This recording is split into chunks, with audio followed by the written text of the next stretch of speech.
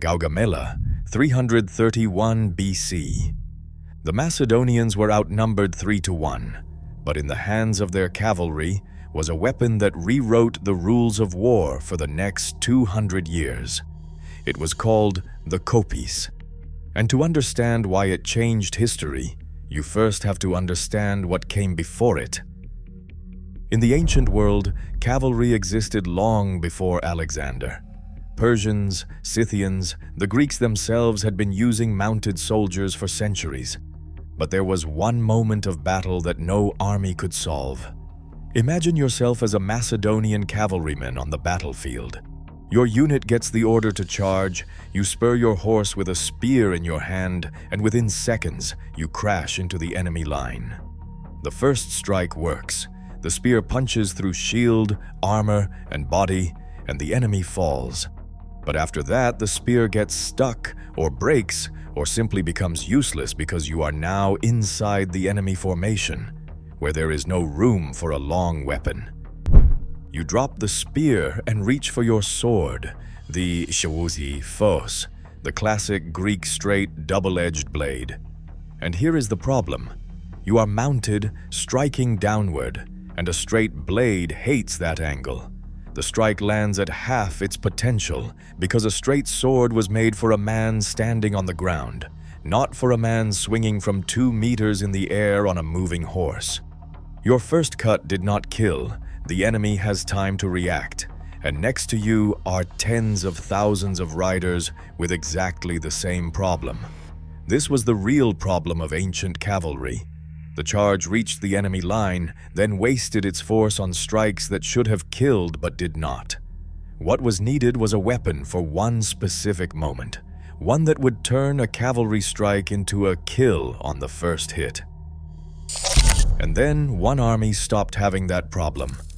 The reason was a sword that had been sitting in Greek hands for 300 years, ignored by almost everyone. The Kopis was not new technology. It was not secret, not exotic, not something brought from foreign lands. It had been in Greek hands long before Alexander was even born. On Greek vases from the 6th century BC, 200 years before Gaugamela, the Kopis is already there. Athenian vase painters drew it into mythological scenes, into the everyday gear of warriors. It was simply present. Where it actually came from is still debated. Some historians point to the Egyptian Kopis, a sickle-shaped Bronze Age blade.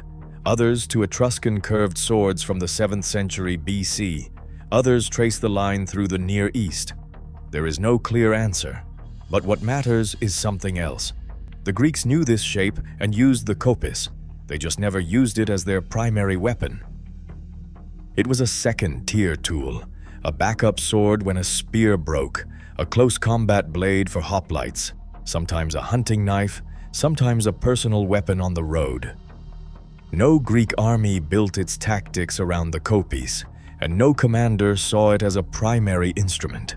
It was a hammer in a craftsman's chest, useful when needed but never central. For 300 years, the Kopis sat in that position. For 300 years, it was just another sword. And then, in Macedonia, an army was born for which that one moment was central, and someone decided to give them the Kopis. Gaugamela, October 1st, 331 BC. Darius III had assembled the largest army his empire could field, between 100,000 and 250,000 men by modern estimates, against around 47,000 Macedonians. Darius was prepared. The battlefield was leveled for scythed war chariots, the terrain chosen to let Persian cavalry envelop the Macedonian flanks. In the center stood the king's personal guard, the Immortals, holding the heart of the army like a wall. Alexander did what no one expected. He began moving his line diagonally to the right. The Persians shifted in response to prevent a flanking maneuver, which was exactly what Alexander wanted. The Persian center stretched and the line thinned. And then, in a single moment, a gap appeared. For about a minute it existed, maybe 2. In that narrow window, Alexander led the companions. the finest heavy cavalry of the ancient world, straight in, a wedge with him at the tip, crashing into the heart of the Persian army. What happened next was described by the Greek historian Arrian. Spears broke within a minute, hand-to-hand fighting began, and right there, between a broken spear and a fleeing enemy, the companions reached for the Kopis. Not the Xiphos, not an axe, the Kopis. Persian soldiers fell by the dozen. Every strike delivered from 2 meters up on horseback killed on the first hit. Not wounded, killed. Darius sat in his chariot at the very center of his army, watching his guard collapse less than 100 meters away as Macedonian riders carved through the immortals. And he ran. Seeing the king in flight, his army began to fall apart. An empire that had existed for 200 years broke in 20 minutes. And now the question: how did an old sword that no one had used as a primary weapon for 300 years break the largest army on Earth in 20 minutes? The answer is in the geometry of the blade. The Kopis looks strange. The blade curves forward like a scythe in reverse, nothing like the sabers we are used to. And in that shape lies everything.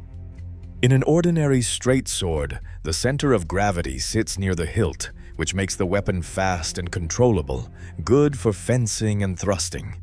But to cut, you need shoulder effort, and your body has limits. The Kopis works on a different principle. The blade widens toward the tip, shifting the center of gravity forward into the broadest part of the steel.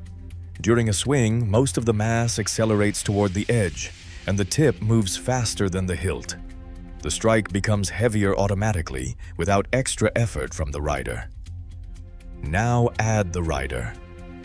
A Macedonian warhorse carries a man more than 2 meters above the ground. When that rider strikes downward, gravity gets added to the swing, and so does the horse's momentum. A straight sword loses most of this energy because its shape and the strike vector point in different directions. The Kopis does the opposite. Its forward curve aligns with the downward arc of a mounted strike, so every element of the weapon works toward one type of attack. The geometry converts gravity into killing force. A blow that would only wound with an ordinary sword kills with a Kopis on the first hit.